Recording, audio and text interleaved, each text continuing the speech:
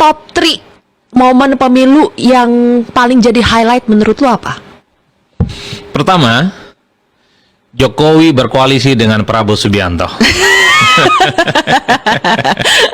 Iya. Yang kedua, Kenapa? Yang kedua, alasannya dulu deh. Kenapa dulu? Alasannya dulu. Tidak pernah terbayang di kita Prabowo yang menjadi rival Jokowi selama 2 periode itu bisa berkongsi dalam satu kolam koalisi.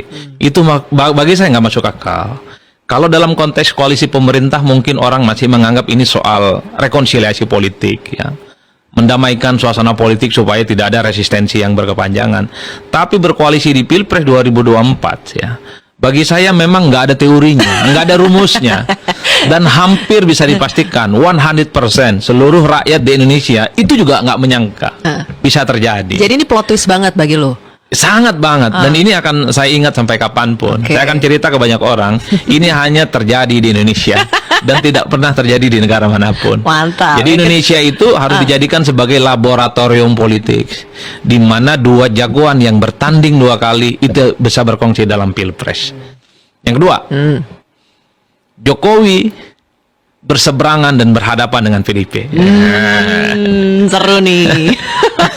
Kebayang nggak? 1 dan 2 Jokowi terus nih Mas Adi. Gila, lame banget loh.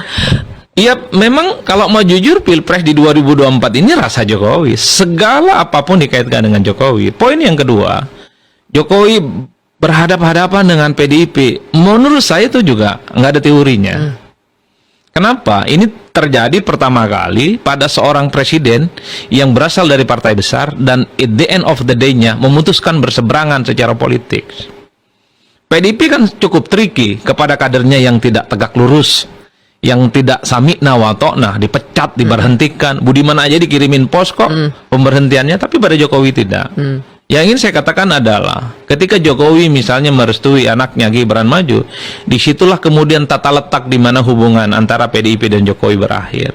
Sekalipun per hari ini Jokowi masih kader PDIP secara formal, tapi suasana hati, kepentingan politik, lirikan matanya, tarikan nafasnya udah tak PDIP banget. Waduh, udah Betul partai nggak? apa dong sekarang Jokowi? Dan ini juga termasuk yang menurut saya hampir bisa dipastikan 100% seluruh rakyat di Indonesia ini tidak menyangka 23 kebersamaan, 23 tahun kebersamaan Jokowi dan PDIP. Wali Kota Solo 2 kali, Jakarta sekali, Pilpres 2 kali. Tiba-tiba harus pisah jalan, coba bayangkan. Itu nggak ada teori politik yang masuk? Nggak ada, nggak nemu saya, nggak nemu. Selama menjadi dosen politik bertahun-tahun? Saya nggak nemu. Saya nanya orang yang umurnya 60, 70, nggak nemu itu dimanapun. Makanya saya akan ingat betul ini. Ada satu peristiwa politik yang menurut saya luar biasa banget di Indonesia. The one and only di Indonesia. Mantap. Yang ketiga? Yang ketiga, Gibran bisa maju. Siapa yang bisa menyangka? Undang-undang pemilu jelas syarat umur pencapresan itu minimal 40 tahun. Bahkan presiden saat itu pun mengatakan kalau mengaitkan Gibran dengan Pilpres belum cukup umur, belum cukup pengalaman, undang-undang belum diubah, dan seterusnya. 100% juga rakyat Indonesia meyakini Gibran tidak akan bisa maju. Tapi disitulah kemudian putusan Mahkamah Konstitusi yang 90 itu adalah titik gempa huru-hara politik yang sesungguhnya. Karena ditengarai presiden punya intensi memajukan anaknya, sang putra mahkota, untuk tanding di Pilpres 2024.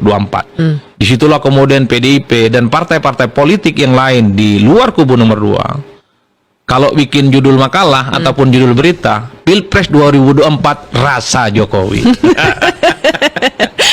Padahal tidak ikut bertanding, ya, bukan peserta pemilu. Memang nggak ikut bertanding, tapi semua ini dikaitkan dengan manuver politik yang dilakukan oleh Jokowi. Jokowi berpisah dari PDIP, Jokowi berkongsi dengan Prabowo, Gibran bisa maju melalui putusan Mahkamah Konstitusi. Ini semua dikaitkan dengan Pak Jokowi.